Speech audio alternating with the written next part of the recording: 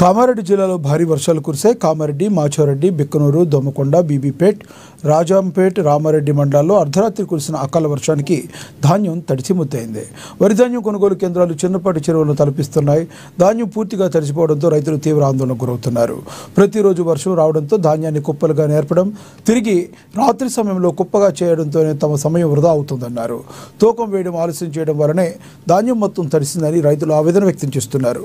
జిల్లా కేంద్ర సమీపంలో లింగాపూర్ గ్రామంలో అర్ధరాత్రి కురిసిన వర్షానికి ధాన్యం కల్లాలు చెరువును తలపిస్తున్నాయి. జేసీబీ సాయంతో కాలువలు తీయడంతో నీటిని పక్కకు తరలించారు. తడిసిన ధాన్యాన్ని ప్రభుత్వమే కొనుగోలు చేయాలని డిమాండ్ చేస్తున్నారు. ఇప్పటికైనా ప్రభుత్వం అధికారులు వెంటనే స్పందించి కొనుగోలు వేగవంతం చేసి రైతుల ఇబ్బందులను తొలగించాలని డిమాండ్ చేస్తున్నారు. మొత్తం నడుస్తున్నాయి. నీళ్ళలో రామ కోస అవుతుంది.